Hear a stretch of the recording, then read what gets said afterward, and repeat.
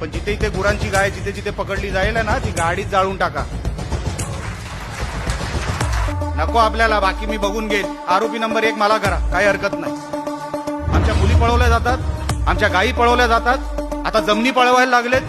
अरे उद्या कुठल्या जमिनी तुम्ही वक्फ बोर्डाच्या जमिनी सांगाल?